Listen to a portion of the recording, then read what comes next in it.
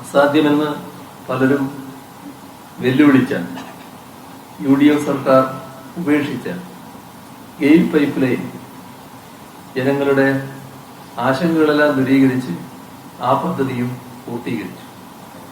അതുപോലെ കേരളത്തിന്റെ വൈദ്യുതി പ്രസരണ വിതരണ രംഗത്തും കാർഷിക വ്യാവസായിക രംഗത്തും വൻ കുതിച്ചുചാട്ടത്തിന് വഴിയൊരുക്കിയ ഇടമൺ കൊച്ചി പവർ ഹൈവേയും ഉപേക്ഷിക്കപ്പെട്ട അവസ്ഥയിൽ നിന്നും വീണ്ടെടുത്ത് സർക്കാർ പൂർത്തീകരിച്ചു. അന്താരാഷ്ട്ര ആയുർവേദ ഗവേഷണ കേന്ദ്രം, കൊച്ചി ബാംഗ്ലൂർ വ്യവസായ ഇടനാഴി, സിറ്റി ഗ്യാസ് വിതരണ പദ്ധതി, IT കോറിഡോർ, പുതുവൈപ്പിൽ LPG ടെർമിനൽ, മലയോര ഹൈവേ, കോസ്റ്റൽ ഹൈവേ, വയനാട് തുരങ്കപാത, K4, കൊച്ചി വാട്ടർ മെട്രോ, പശ്ചിമതീര കനാൽ വികസന പദ്ധതി, തിരുവനന്തപുരം ഔട്ടർ റിംഗ്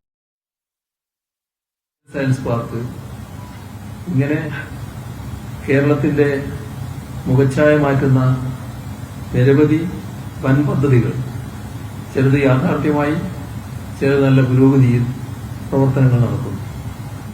സർക്കാർ മേഖലയിൽ പബ്ലിക് സർവീസ് കമ്മീഷൻ വഴി സുതാര്യമായി നിയമനം നടത്തുന്നതിലും പ്രത്യേകം ശ്രദ്ധിക്കുകയാണ്. പബ്ലിക് സർവീസ് കമ്മീഷൻ വഴിയുള്ള രാജ്യത്തെ ആകെ നിയമനങ്ങളിൽ 42% കേരളത്തിൽ നിന്നാണെന്ന് UPSC റിപ്പോർട്ട് വ്യക്തമാക്കുന്നു.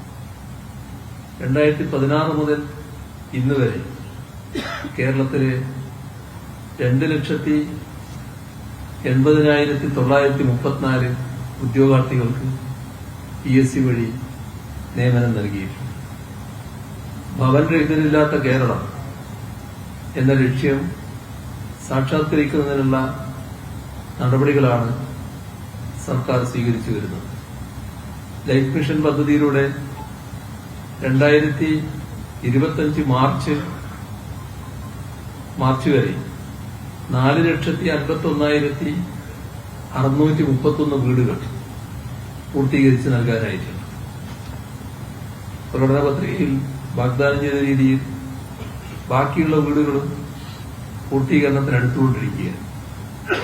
2016 ഇടതുപക്ഷ ജനാധിപത്യ മുന്നണി സർക്കാർ അധികാരത്തിൽ വന്നതിന് ശേഷം ഇതുവരെ 4,956,000 പട്ടയങ്ങളാണ് വിതരണം ചെയ്തത്.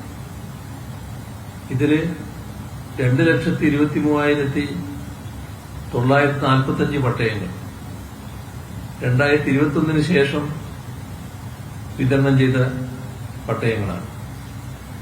അടുത്തൊരു വർഷം കൊണ്ട് 1 ലക്ഷം കൂടി വിതരണം ചെയ്യാനാകുമെന്നാണ് ഉദ്ദേശിക്കുന്നത്.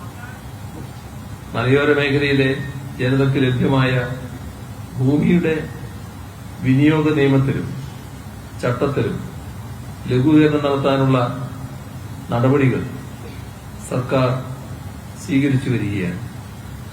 ഇതിന് ആവശ്യമായ നിയമ ഭേദഗതി പാസാക്കിയിട്ടുണ്ട്.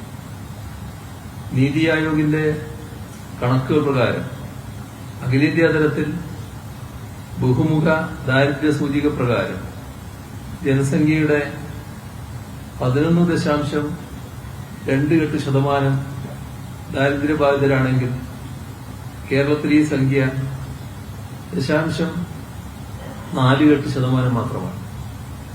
സർക്കാർ സാമൂഹ്യ മേഖലകളിൽ ജനപങ്കാളിത്തത്തോടെ നടത്തുന്ന ശക്തമായ ഇടപെടലുകളുടെ ഫലമായാണ് നമ്മുടെ രാജ്യത്ത് ഏറ്റവും കുറഞ്ഞ ബഹുമുഖ ദാരിദ്ര്യ സൂചികയുള്ള സംസ്ഥാനമായി തീരാൻ കേരളത്തിന് കഴിഞ്ഞത്.